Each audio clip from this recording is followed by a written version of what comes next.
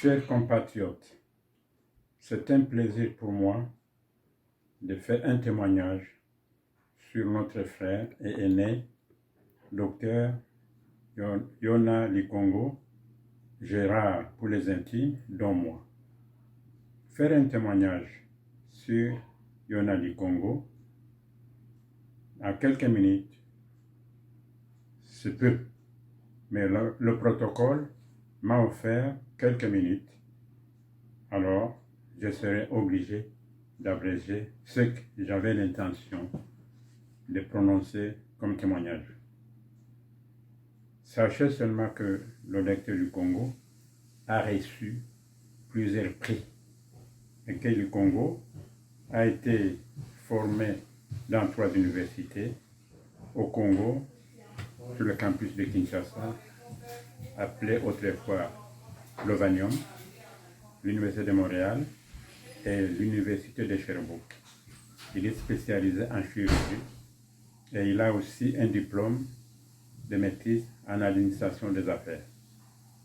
Yona Likongo a beaucoup contribué au rayonnement de notre pays, la République démocratique du Congo, à l'échelle internationale, et il a contribué ici au Canada au développement tant individuel que collectif de la diaspora congolaise au Québec, au Canada, sous le couvert de l'OPCC.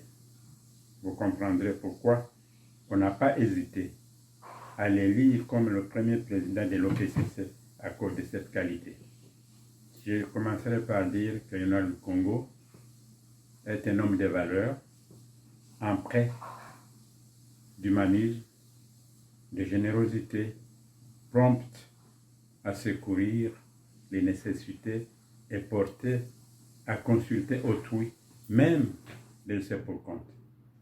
Sur le plan international, Dr Likongo, en compagnie de 2 autres médecins congolais, à savoir Brice Betou et le regretté Jean Pamia Penemembele, ces 3 médecins ont facilité l'intégration professionnelle des médecins diplômés à l'étranger dans le cadre de l'association qu'ils ont créée.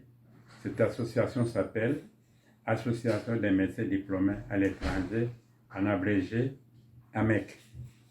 Le principe est de faciliter l'intégration professionnelle des médecins formés à l'étranger et les préparer à se familiariser avec la pratique médicale du Canada et du Québec.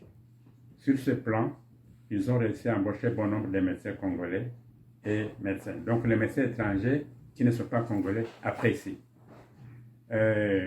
J'insiste également que le Congo est un patriote.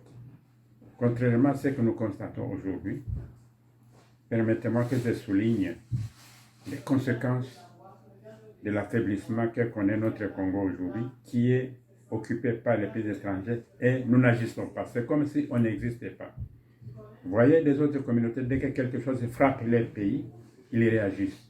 Aujourd'hui, ça fait au moins 1 an que l'Est du Congo est occupé par le Rwanda. Mais nous qui sommes ici les Congolais, nous ne réagissons pas. Qu'est-ce que nous attendons? À l'époque où le Congo dirigeait l'OPCC, nous avons fait une démonstration qui a été télévisée quand les pays voisins, le Burundi, le Rwanda et l'Ouganda avaient envahi le Congo. Nous avons marché sur le boulevard René Lévesque. À l'époque, ça s'appelait Dorchester, si ma mémoire est bonne. Et ça a été télévisé à l'échelle du pays. On a marché avec un cercueil. Je vous invite, vous les Congolais, aujourd'hui, de faire la même chose. D'imiter ce que nous avions fait. Prenez la relève. Et pourquoi? Parce que je dis, j'insiste encore et je répète, la conscience nationale. Je constate qu'aujourd'hui, le tribalisme fait le plein au Congo. Je vais faire une petite définition. Comme vous le savez tous, le principe fondamental de l'ethnisme veut que tous les membres d'une même ethnie considèrent que les intérêts de chacun se confondent avec ceux de toute l'ethnie. Sur le plan politique, cette psychologie sociale a pour conséquence d'amener les individus à considérer l'expression politique de chacun comme étant celle de son groupe et vice-versa. À ce titre, l'expression politique démet des caractères collectifs. On est militant, non par esprit de doctrine, mais parce qu'on appartient à un groupement quelconque qui suit la personne désignée par la communauté. Et c'est pour cette raison que je dis, du Congo est brave dans ce sens.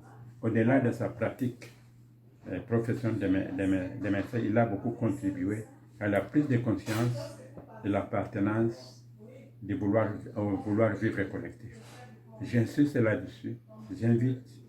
Nous sommes ici au moins 15 000 Congolais à Montréal, mais nous n'avons pas de voix.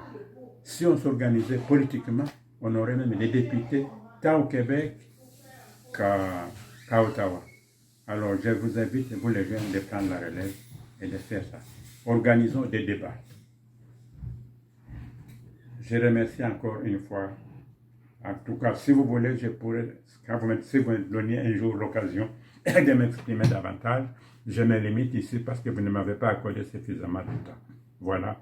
Le Docteur du Congo, je me joins à l'équipe de l'OPCC pour vous réitérer nos félicitations et nos remerciements. Et je pense ici notamment à notre frère regretté, Fortuna Kangoudi, qui est parti aussi, ça fait plus de 10 ans. Lui et moi, nous avons été les fondateurs de l'OPCC, mais le Congo a été notre premier président. Je vous remercie.